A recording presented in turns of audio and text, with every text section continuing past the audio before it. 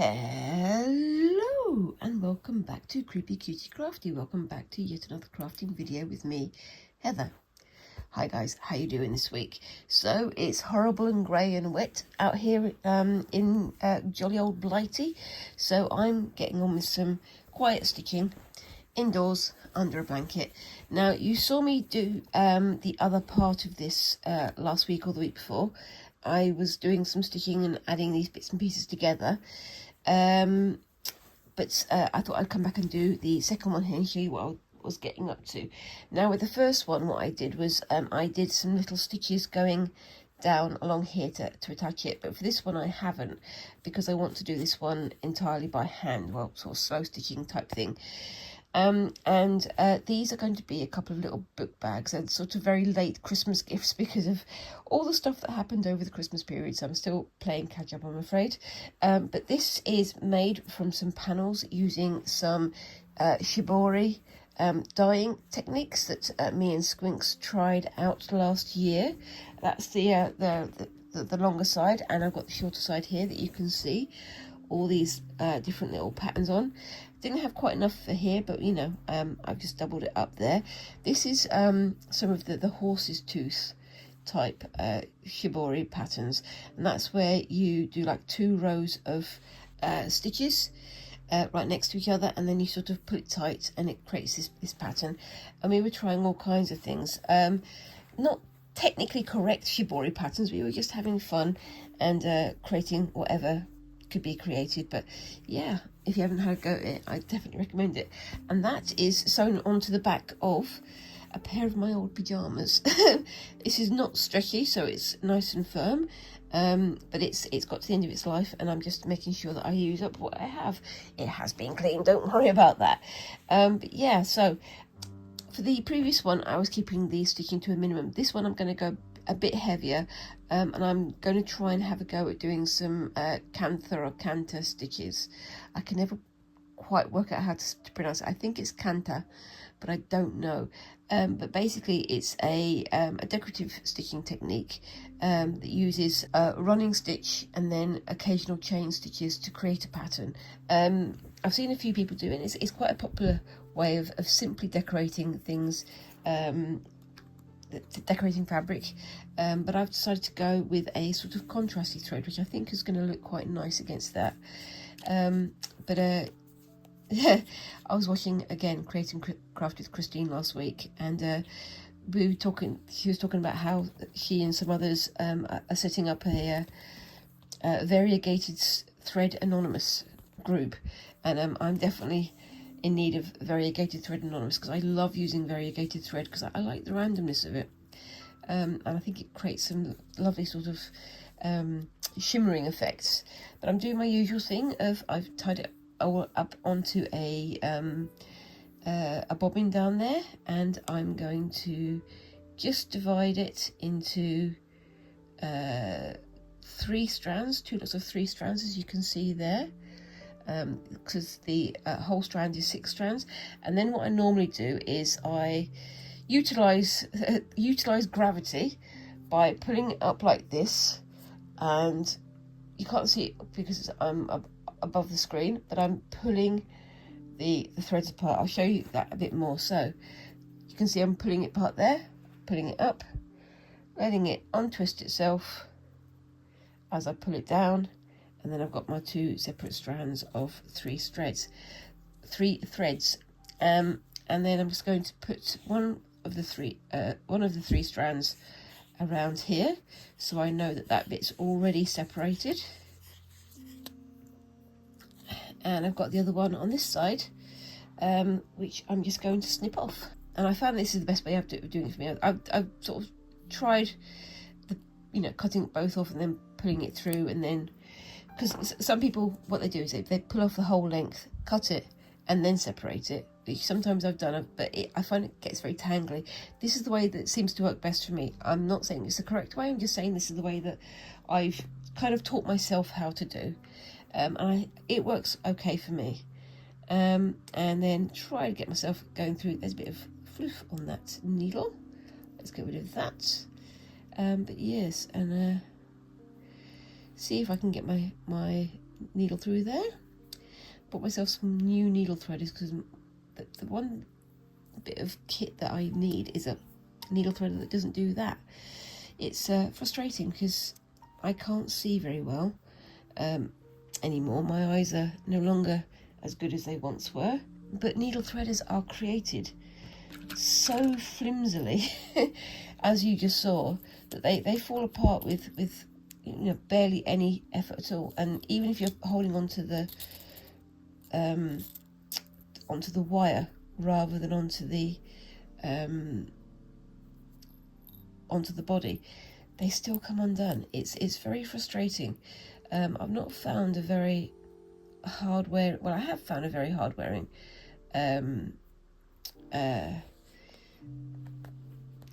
needle threader, but the people who sell them don't seem to sell them anymore, and I'm getting a bit frustrated because I'm trying to find them, but I cannot find them anywhere. They are built very, very flimsily. That one that you just saw me break, that was a brand new one from a packet like this, which you can understand why that's so frustrating. I literally bought these yesterday and that's already broken. I'm going to stop going on about it because otherwise I'm going to get annoyed. Anyway, so let's hope this one doesn't fall apart. I try not to buy super fancy ones because I know that they're not going to be very strong, but at the same time I don't like constantly having to throw them out because it's usable material, isn't it? But there we go, that's the end of my rant there. Anyway, let's put a knot onto the end, around the finger, put it through, and there we go. Now I'm going to start at this end. I'm going to try and keep it sort of parallel, but I'm not going to worry about it getting slightly off because, I'm doing this by line of sight and it is hand stitching. So we'll see how we go. So making the stitches fairly big and fairly visible. And I'm going to, I'll take that pin out when I go around the next time. I haven't even got my pin pot to hand, which is not well thought out for me, but such is life. Anyway, the thimble has gone on, so you can, I mean business.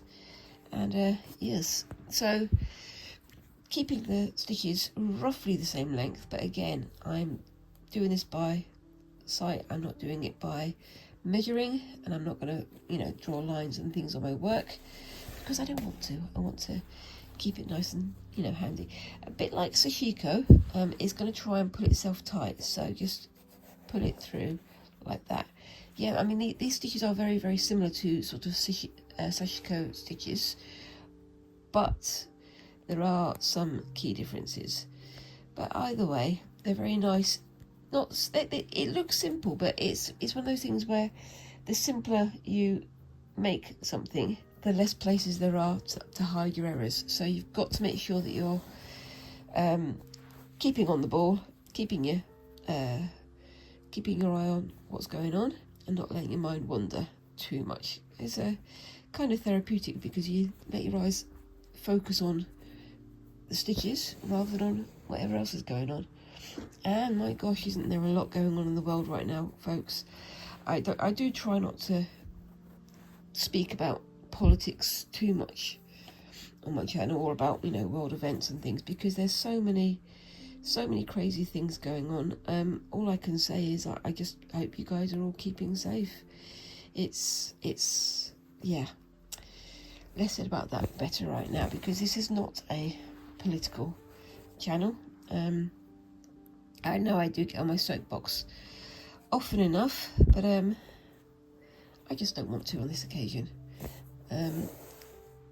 So yeah, I won't. But yeah, it's a crazy old world out there right now, and yeah, look after each other and make sure you guys are just keeping yourself nice and safe. Right, so that's gone off the end there, as you can see. So I'm going to put one through there, turn it around,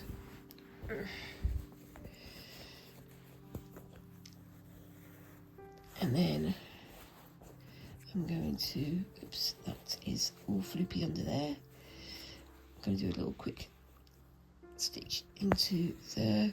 This is probably going to be off the end of the finished book bag anyway, so I'm not worrying too much about it being visible. But gonna come in, oopsie daisy. Somehow I've managed to miss the thing underneath with my stitches. So I'm gonna come in there and do my next row of stitches. Now the first row I did was just plain running stitch, but this time I'm going to add in some chain stitches as well. I definitely think. Anyway, I can use that just to have a bit of a give point, if you know what I mean. I'm going to fold this end over so I don't lose my pins whilst I'm working, because that would not be good, because again I'm sitting on the sofa, and if I lose the pins I will find them with my bottom later, which is never a good idea. Anyway, put that one going through there, and then I'm going to do a chain stitch. I'm going to keep this chain stitch fairly long. There we go. And then back in for some more running stitch. I've not really done a lot of research on Kantha stitches. I need to look up a bit more on the history of it. As you know, I am very much of a researchy kind of person, and I do love finding out new things about different stitches and different other bits and pieces. The other good thing about having this chain stitch here is that it acts as a break, so you can't pull through further than that point. So it's quite handy like that. Right, and now in my foresight I've put most of these pins going in the one direction, but if I grab it like this, I'm going to wind up with a pin going into my palm, which is not ideal. But I'm just going to have to be very careful as I go through and try not to. I'll try and do it from this side actually. Try not to go through as I go. Try not to, lose my direction on the thread. That's what I'm trying to say. I'm trying to focus and stitch at the same time again. And that's another chain stitch. There we go. Pull that nice and even. And then on we go. Yeah, I think this thread, this variegation, does create a nice contrast with the red underneath. It's not too jarring, but it's just decorative enough to make it look nice, I think. Yeah, so as you can probably tell, I'm not doing gold work today. I am going to be coming back to that tomorrow for my Friday video. It's just trying to get some time to set up for it, and also make sure that I've got enough time to rest my eyes between sessions as well, because it's an amazing craft, but my eyes are straining like crazy when I'm doing it. I do have a magnifier, but it's somewhat in the way when I'm working, especially on camera like this, because if I was doing this on with a magnifier, the magnifier would be here and it would distort it and it would make it kind of difficult for you guys to see. So I'm just trying to take it sensibly, make sure that I'm keeping going with it, but also taking regular breaks from it as well, because otherwise my eyes are going to have a conversation with my head, and most of that conversation will be ouch. So yeah. I don't want to trigger any more migraines, thank you very much. I'd quite like to not have a migraine for a while, but we'll see how we go. Yes. Anyway, let's get that under there. The problem with using these old fabrics is, as you can see, it's trying to curl under as I'm stitching. So I'm going to have to watch out for that as I go. And I'm trying not to waste any of this thread if I can help it. So, yep. There we go. And back under there. And where I stitch under there, I'm keeping it fairly loose, so you can see I've got a loop there so that it doesn't pull itself out as I stitch. Again, that's another sashiko technique, so I don't know if it's quite compatible with this, but if it works, it works. I am definitely not an expert in Kantha stitches, so feel free to correct me on my technique down in the comments. I'm, as always, willing to learn as well as to talk about what I'm doing. But there we go. Anyway, so what have we got going on this year? It's going to be a busy year for sure. I mean, we've got Squinx's GCSEs, as I've mentioned many times now. We've also got Squinx's 16th birthday, so I'm going to have to try and work out what kind of thing they would like to do on their birthday. We've already said we're going to try and have a trip to London at some point. Well, we're going to have a trip to London in June, hopefully. We've sort of said June for now because that's when they finish their exams. But we're also trying to work out what they want to do on their birthday, because their birthday is going to be in the middle of or just before the exam season starts. So we're going to try and work out how we're going to have a bit of a celebration around that. It's a big one because it is the 16th birthday, but at the same time, the GCSEs are even more important. Well, I'm just going to stitch that off and I'll be back in a second. Okay, so yeah, continuing with this one and just keeping going from here. I think that looks quite nice. The colours on the thread aren't too glaring, they're not too bright, and I think that works quite nicely with what I'm doing here. Kind of complements the patterns that are already on here, I think. You can let me know what you think down in the comments, obviously. But yes, anyway. So yeah, we've got Squinx's birthday, we've got the trip to London coming up, we've got a lot of things going on, but we're all sort of at the moment recovering from Christmasing, and it's going to be a busy year all told, really. I've not yet booked, but this weekend I'm going to start booking like my events and things that I'm going to be visiting this year. I definitely want to go to another yarn event like I did with the Stafford Wool Gathering when was it? It was in October, wasn't it? Yes, feels like a long time ago now. But also things like the Creative Craft Show and other bits and pieces. There's a few exhibitors at the Creative Craft Show that I really want to see this year. There's a wool dyeing and yarn dyeing group that I want to find out about. Maybe doing a retreat, like a 2-day lesson of them showing us how to dye yarn, how to dye properly, because that's something I would love to have a go at. Haven't had a go at it yet, but you know, there's always going to be the first time, isn't there? But also there's a little group called Marbling for Fun, who every year I mean to go and find them, and every year I miss them. The layout, the map layout for the Creative Craft Show doesn't always quite make sense, but for some reason I can never find them, and then when I do find them, they're almost always completely swamped out with excited visitors trying things out. So you know, it's good that they're popular, and I'm glad for them they're doing so much business, but I want to get some business from them as well. But you know, that will be for the next visit, I think. At the moment I'm putting these pins into the sofa next to me, pin sharp point down, and hoping that I remember to pick them up later.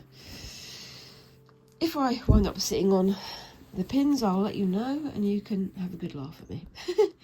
Anyway, so on to the next row.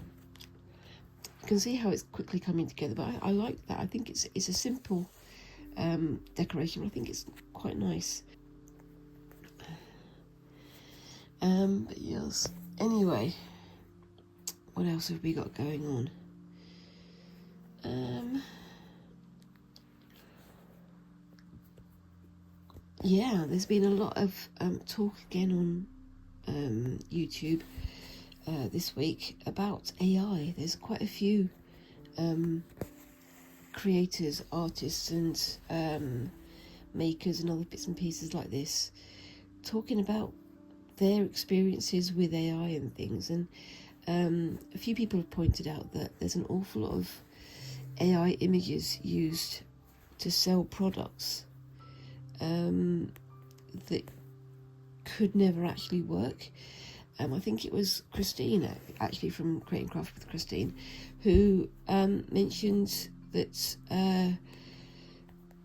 there are so many like embroidery kits and things going on sale, or embroidery groups sharing images that are AI images, but people are getting suckered into thinking, oh, well, I can do that with the kit that they're selling. And there's absolutely no way that that's possible. There's no way at all. It's disheartening, and it's one of those things where if you've got a newcomer to the craft and they're seeing all these like kits and things, and everyone's saying, oh yeah, you can learn from a kit, you can learn from a kit, but you can't create the images that are put forward as real in a lot of these kits. And that's one of the reasons why, I mean, I stepped away from, I used to have a shop on Etsy. I didn't really do very much with it because I just didn't, but I eventually just wound up stepping away because they're having so many AI images put on there of kits of whatever you can do, and Etsy is doing nothing to stop them. It's not something that any craft or any creator could be proud of, and trying to grab money by putting out false information seems a little bit, not just, illegal, and it seems quite immoral as well. Especially as I know that you're going to have lots of newcomers to the crafts coming in and thinking, oh, I can do this, I can do that, because there's a picture of it. And then when the kit comes, it's impossible to make, and it's impossible to make to, the degree that AI makes it look possible. And then they get disheartened and they think, well, obviously it must be me because the picture tells me that this is possible. And then I must be no good at this craft. I'm not going to continue with it, which is very sad. It's persuading people that, they're never going to be good enough at creating these things that are presented using AI images. And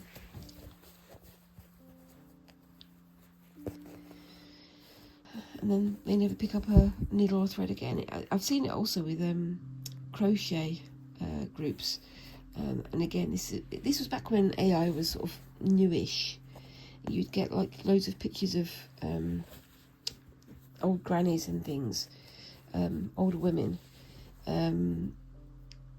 sitting next to a crocheted something or other that they had made. And there was one that was of almost like a lion sitting on a sofa, and the granny sitting next to it, saying, I made this even though I'm 92, blah blah blah blah. It's like, I doubt you are, and also I don't know quite how you managed to make that, considering that your fingers look like octopuses. And a lot of us were making the joke that the way to find to decide whether or not something is an AI object is the same way that you find out about fairies, and I will tell you about that in a second once I've tied this off. Back in a sec.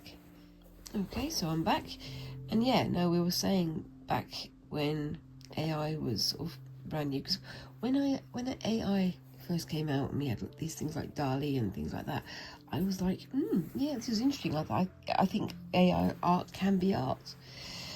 But then after, you know, a few weeks and seeing that people's art was being stolen, people's, you know, writing was being stolen, and their, you know, creative work was being stolen, I very quickly changed my tune, and I'm like, no, AI art is not acceptable now.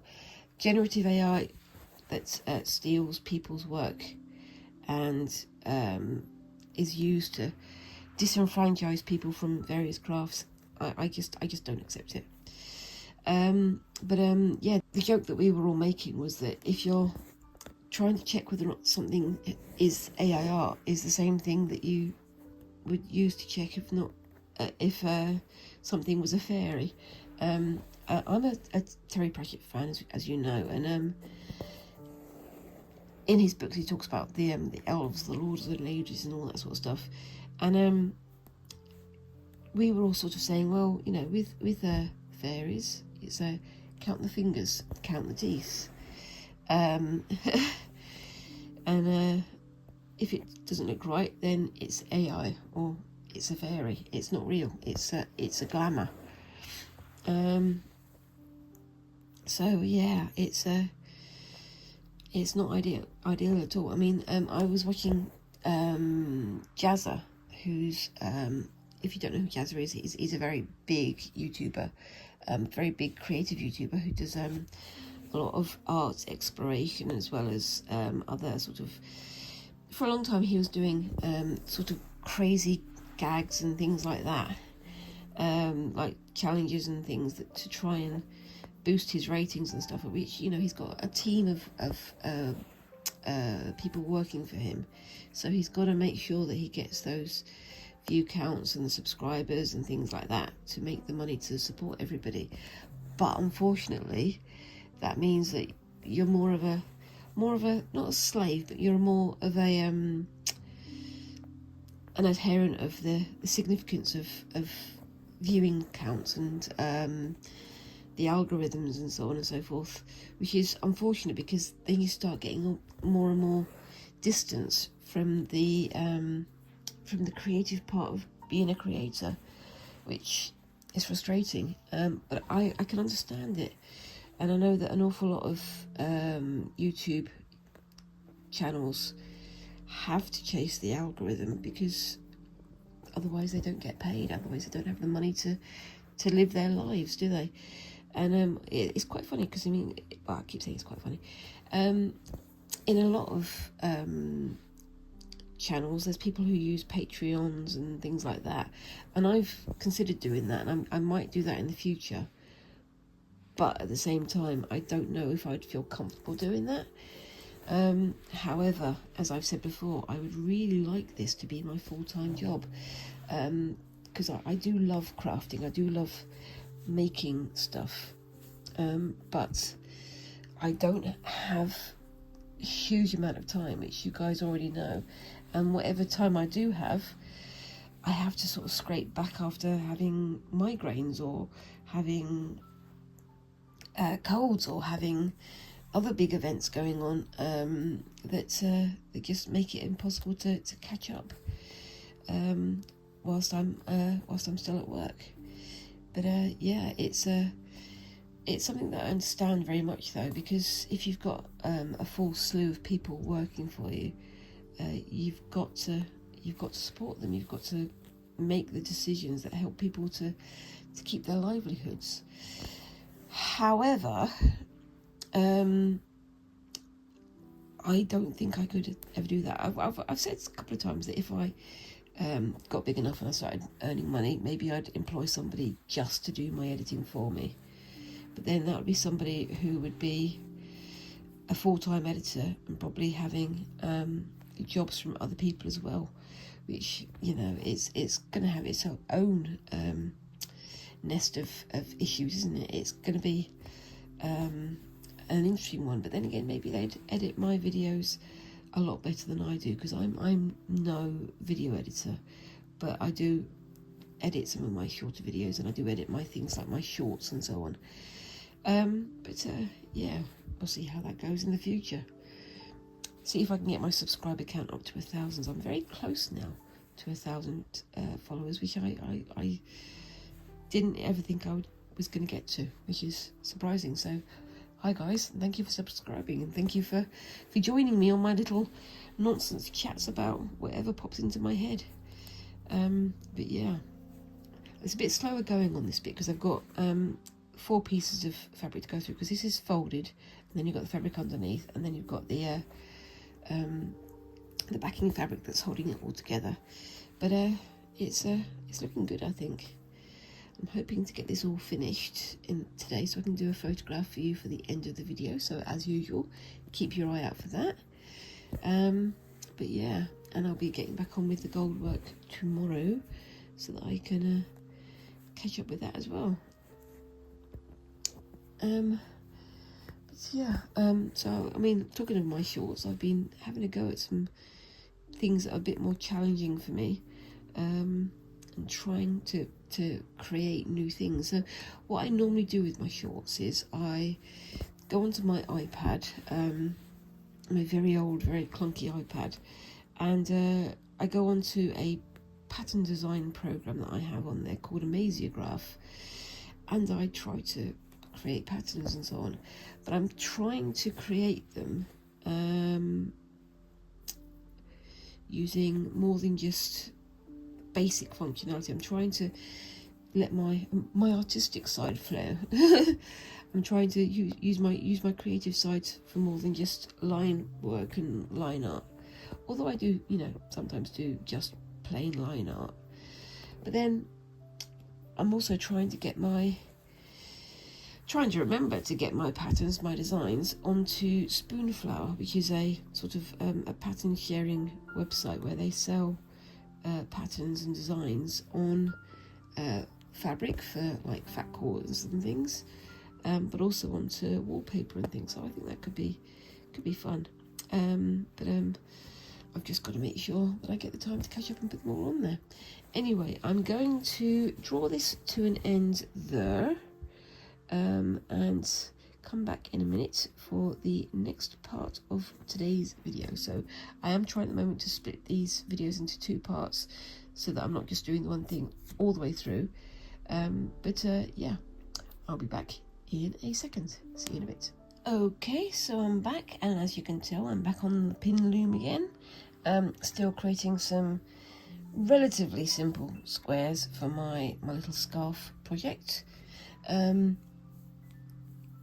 I'm trying out some new things with this one. Previously I'd only just done like the one colour or 2 colours, but I've started to do corners like this one.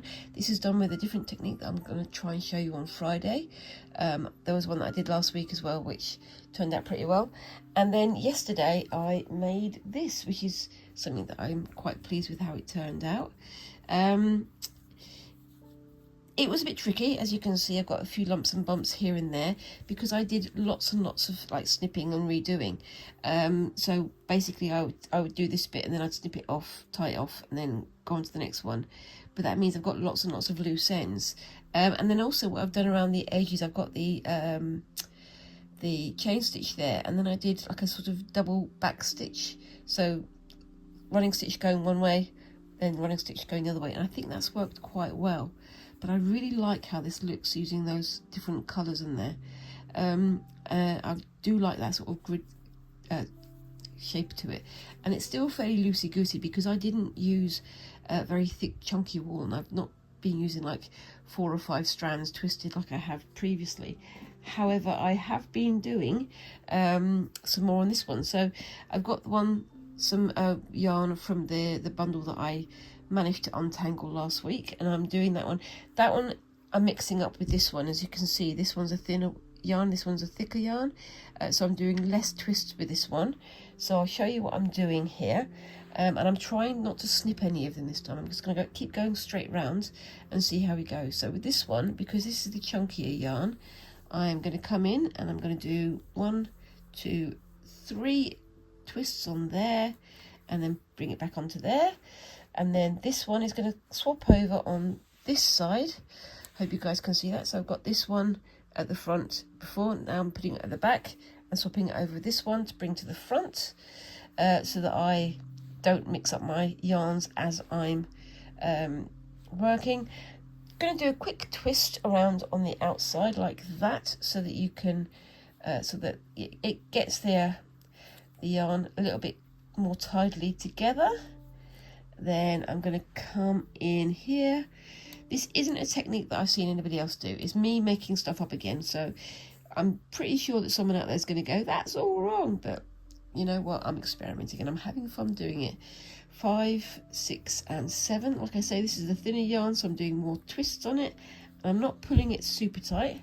Then bringing that one back over again, putting that one on the back, and then bringing that one up to here. So I'm doing 2 of the purple on the outside, 3 green, 1 purple, 3 green, 1 purple, 3 green, 1 purple, and so on and so forth down. And yeah, we'll see how we go. I am getting a little bit faster with this, but not super fast, and my technique is still developing, and my interest is still developing as well. So I'm not doing it the proper way. I've tried to look up the proper way, and I've tried to look it up under pin loom weaving and under continuous strand weaving, which is another way that it's called, but I didn't know it was called continuous strand weaving. I'd only ever heard pin loom weaving, so that's something that I've learned. But you know, same as ever, I am learning, and that's what I'm going to keep trying to do, because that's what I enjoy doing.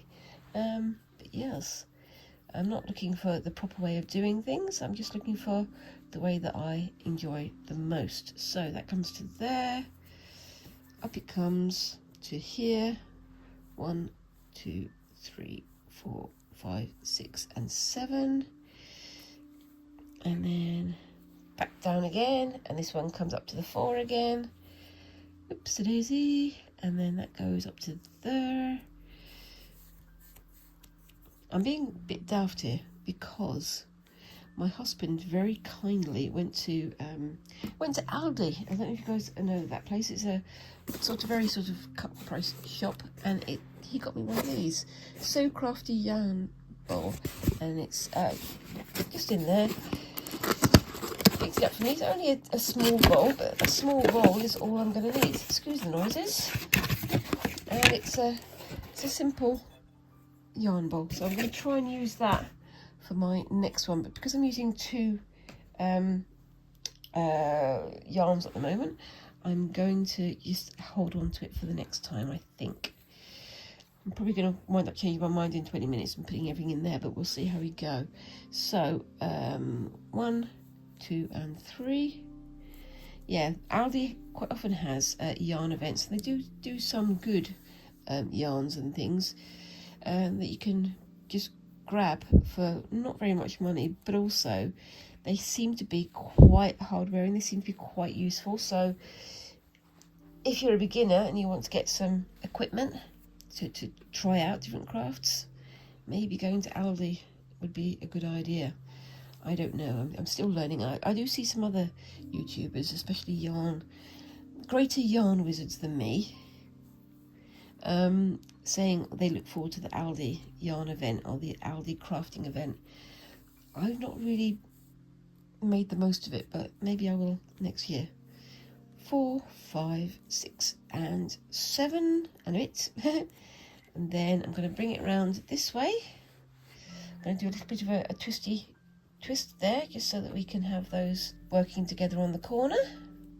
And then this is where I need to come in with my hook. So we've got this on the corner like that, and let's just move you up a little tiny bit so you can see what I'm talking about, and then just coming in with the first strands of this, twisting as I go. I just realised I've done Joker colours again, haven't I? I've done green and purple, so maybe I'm knitting a scarf for the Joker. It wouldn't be the weirdest things I've done. So that's, nope, that's the wrong one. So that way, this first row of actual weaving is always the one that I get tripped up on the most, because trying to get it into a normal, I believe it's called a tabby weave, where it's just like the normal, you know, front and back weave. But I'm not doing anything overly exciting. So yes, just getting my head around it. So that's over, under, over, under, over. So that's going to be under, I believe. And belief is everything. Yeah, I got myself, when I did the one I did yesterday, the one I showed you earlier, when I started that, I got myself completely tangled up, and it was a little bit problematic, because I was forgetting which one was over, which one was under, and losing myself and losing where I was. Not ideal, but you know, it's one of those things where, again, I'm learning, and you don't learn without taking a few risks sometimes, do you? And yeah, I'm definitely getting my head around it. Right, I'm just going to tighten this up over here and do a little bow so that I can undo it at the end. Oops. It's a very pretty bow. Just there. But anyway, right, on to the next one. So it's going to be purple again. I'm going to do another quick twisty twist with this one so that I don't lose that. Trying to twist it around at the end so that I keep the edges nice and clean and even. And then coming to here. So this one is a bit easier because I've already done all these ones, so I can work out where I'm going. And there we go, twisting as I go.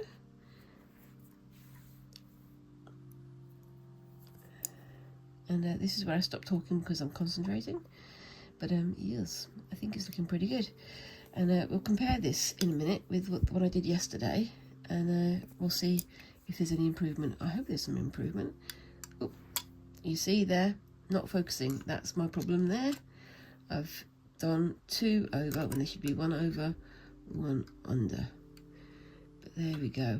That's the good thing about this, is that yesterday I realised as I was going around that I'd put some in the wrong place.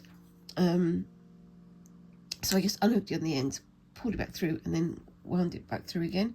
It's a lot quicker than fixing some of the more complex weaving techniques. But you know, this is only, I call it basic. It's only basic weaving. It's not anything super duper complicated, but it's nice, I think, and it creates a nice effect. So that one's going to go to the back, and this one's going to come to the fore. So that goes through to there, and then the same again.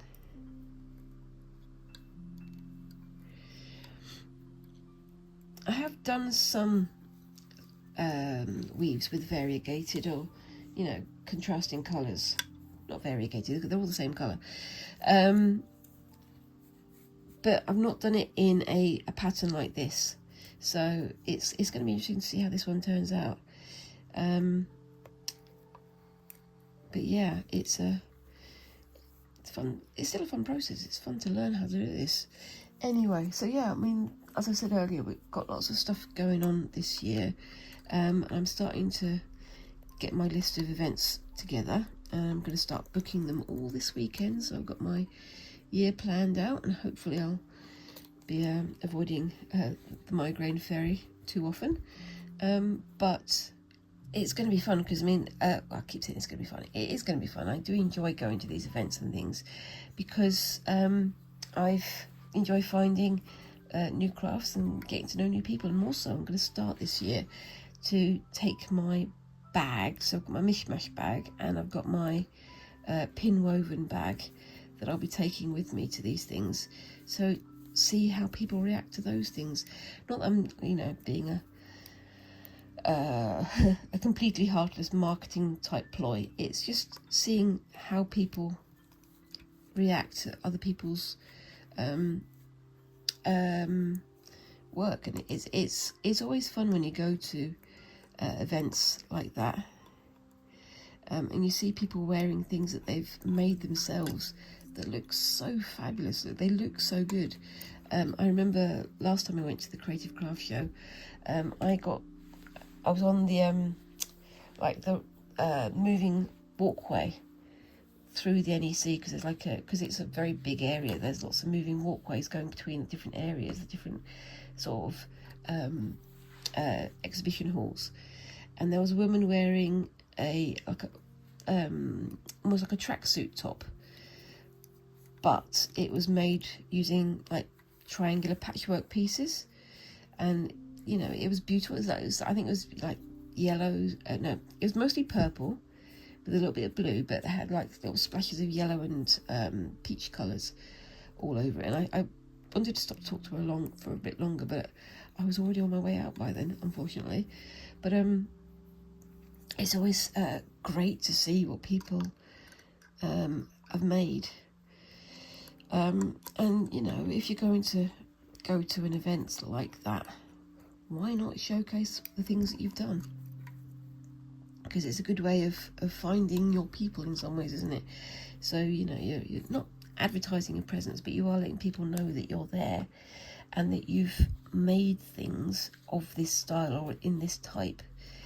And then that starts conversations, doesn't it? And I'm hoping that with my my 2 different bags, I can get chatting to people about what I've made and what I'm doing, and about the channel and all this sort of stuff. And you know, people have stopped me in the past and said, oh, I like your bag, and so on and so forth. Did you make it yourself? And we got into conversations about the different stitches, but I never really took it further than that. And I'm thinking this year of making little cards, as I say, making little cards that say from the lady with the bag, come find me on Creepy Cutie Crafty, because then, you know, I get to continue with the conversation with people in that way. And I think that could be quite fun, especially when you're in a very crowded hall like you are with the Creative Craft Show. There's so many people there, and they're all very, very interested in what's going on around them, but it gets very, very hectic very quickly. But yeah, it's something that I'm looking forward to, and I'm trying not to go to too many stalls and buy stuff. I'm just going to try and just get the essentials, or just get things that I'm specifically looking for. So like I say, I'm going to go to the Marbling for Fun and hopefully maybe get a kit from them. And I'm also going to be going to some of the wall dyeing people and hopefully getting some kits and some ideas from them. Like I say, if I can get the funds together, I'm hoping to do a weekend class at some of these places, because I think that could be fun as well. And I definitely, if I was able to, I'd definitely bring you guys along with me. But we shall see what happens. But there we go. Okay, so what do we think of that? Do you think that's coming together? It is very, very definitely Joker colours, isn't it? It's not a bad thing, but it's kind of, the geek in me definitely associates these colours with the Joker from the Batman comics. But yes. So yeah, it's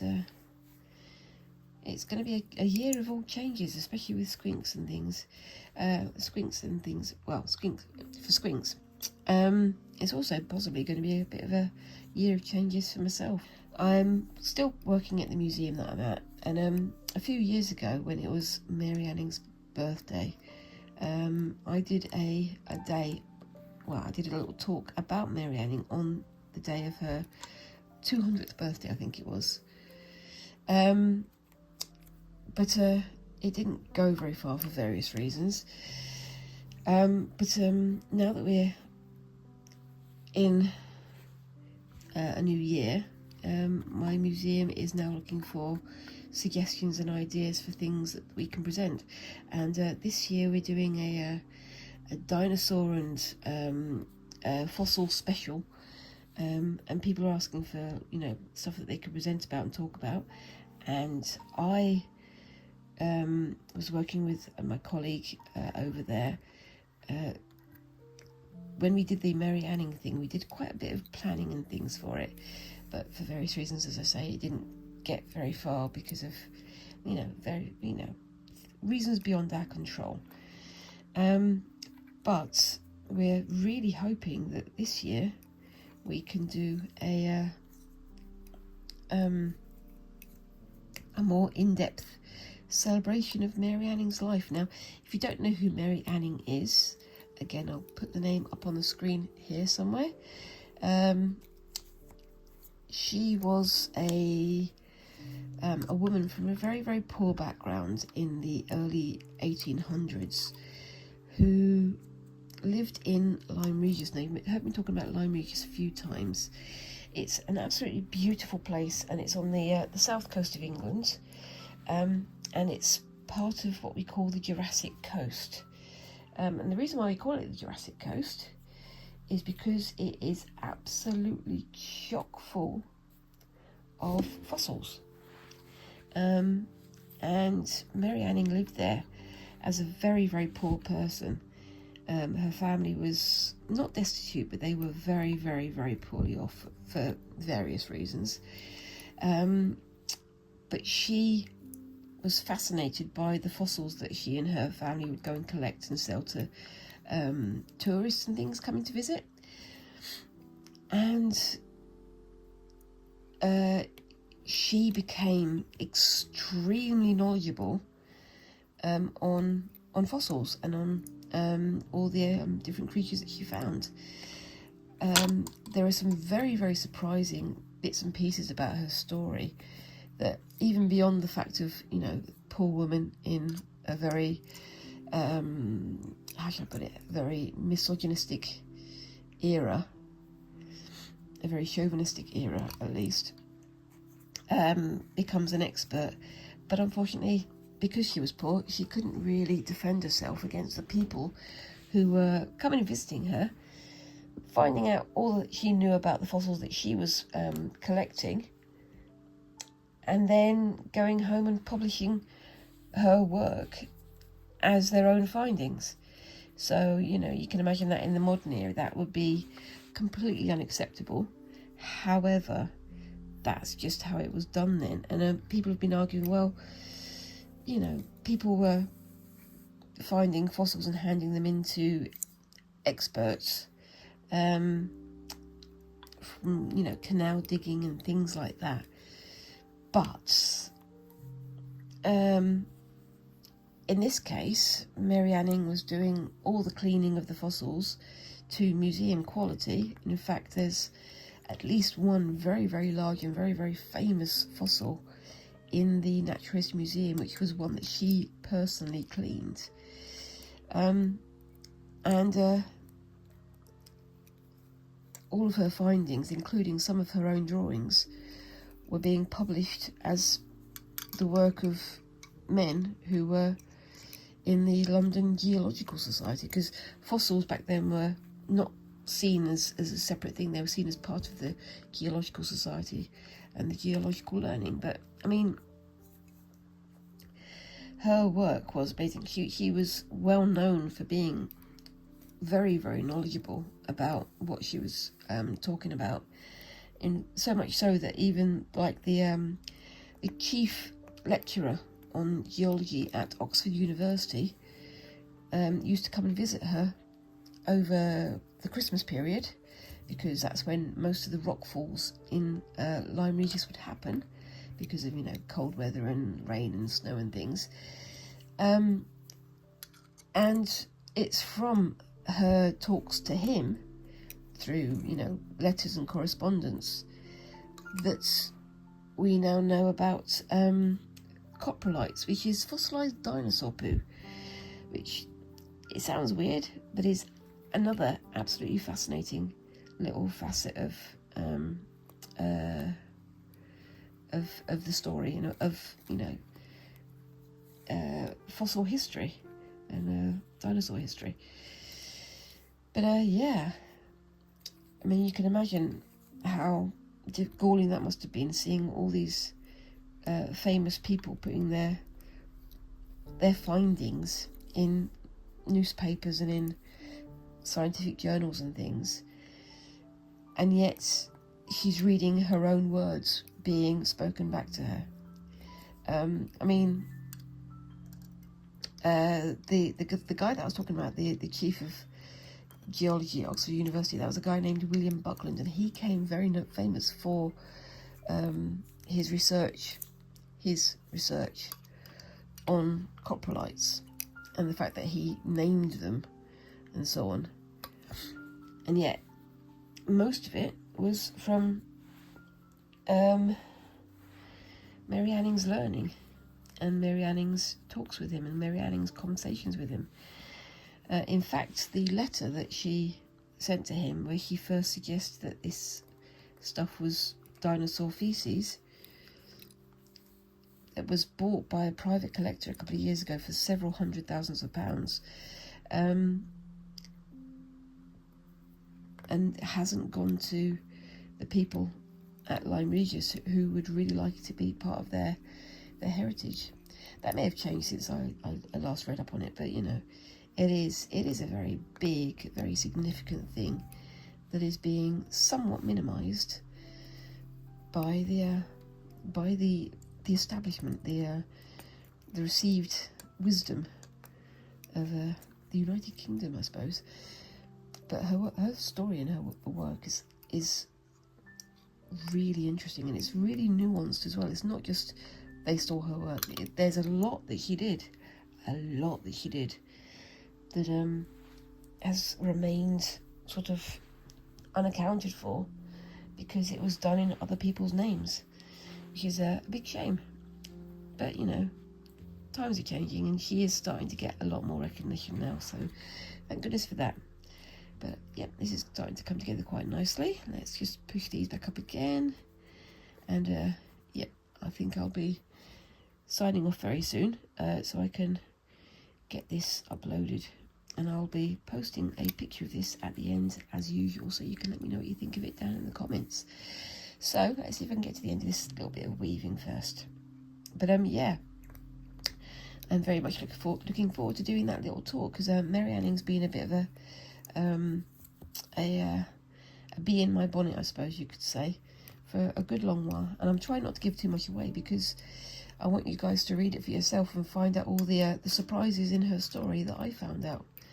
It is absolutely fascinating, but it is also a little bit heartbreaking when you realise how much she should have got credit for, and is only just now getting the credit for her work.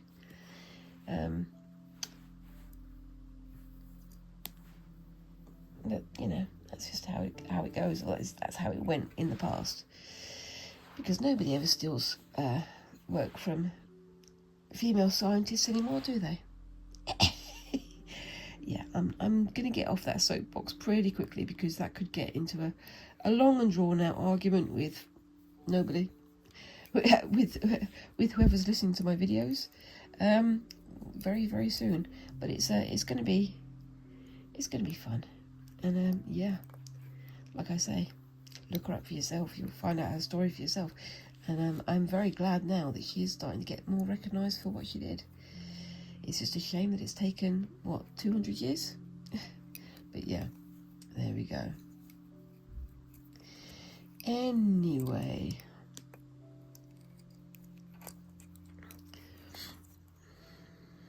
there we go. That's that coming together. There's a little bit of variegation with this wall, but it's not so extreme that you can tell it's jarring. And there's some variegation with this one as well, but not so quick that it's affecting how this is coming together. So it's working quite nicely, I think. But yeah, it is definitely Joker colours. I should stop talking about that now, shouldn't I, really? Anyway, so yeah, I'm going to be hopefully getting back on with the gold work tomorrow, as I said, because I'm trying to be sensible about this. I am still going to keep working on it, but I'm having to take regular breaks because it is a big strain on my eyes. My eyes are not as strong as they used to be. I'm now in the second half century of my life, so my eyes are now feeling their age, I think. So I'm having to be careful about doing too much, otherwise I'll set my head off, and that's not what anybody wants, is it?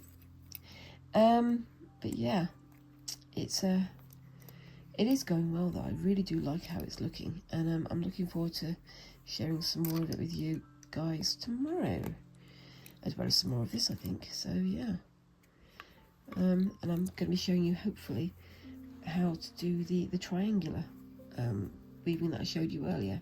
So I mean, today's Monday and I'm filming for today, and then tomorrow is Tuesday, so I'll be filming for Friday. On Tuesday, have I done 3 there? I have done 3 there, so now it's time to go back to the purple. I nearly did another row of yellow there. That wouldn't have worked well, would it? Well, at least I don't think it would have. Anyway, so yeah, it's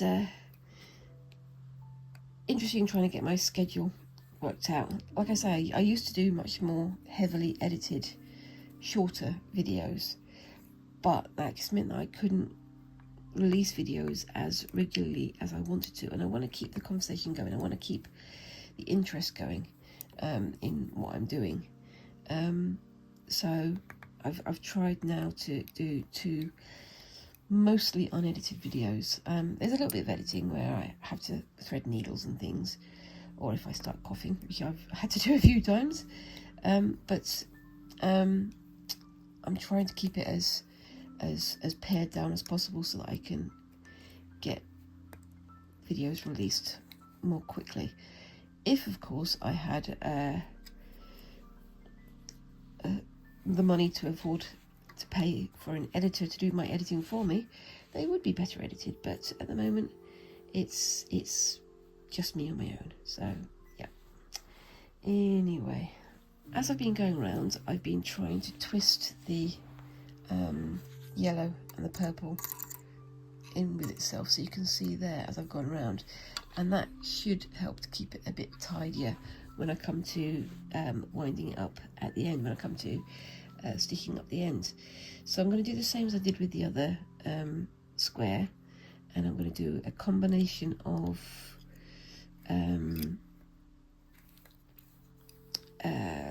chain stitch and double back stitch using the various threads on here, but I'm not going to go too OTT with it this time. It's I think it, because I'm putting it fairly tight, when I come off you can see how tight it is. When it comes off, it's going to shrink slightly, so it's going to gather to itself and look a lot neater, I think. But also the pattern's going to come to the fore much more, which is exactly what I wanted to do. But I can't take it off here until I've tidied up the edges and made sure that they won't unloop themselves. I mean, you can take it off like this and then very carefully keep it in a pile, and then stitch together with these loose ends, but there is a risk that these ends are just going to pull under and you'll lose that pattern, which is not what I want to do. So going to come to the next part of this, which is taking these 2 here, and I'm going to do a quick loop-de-loop around. In fact, I'm not going to do the quick loop-de-loop around on screen. I'm going to sign off. So yeah, keep your eye out for this at the end of the video. You'll see some pictures of this all finished, hopefully, and you'll see some pictures of my Kantha stitching also finished. So hopefully I'll be able to post this at the end of Monday. If not, it'll be Tuesday. Either way, I hope you guys enjoy it. Let me know what you think of these 2 projects down in the comments below. And whilst you're down there, remember to like and subscribe and all those lovely little things that help a tiny channel like mine to grow. And yeah, I look forward to seeing you in the next video. Thank you very much again for watching, and bye-bye.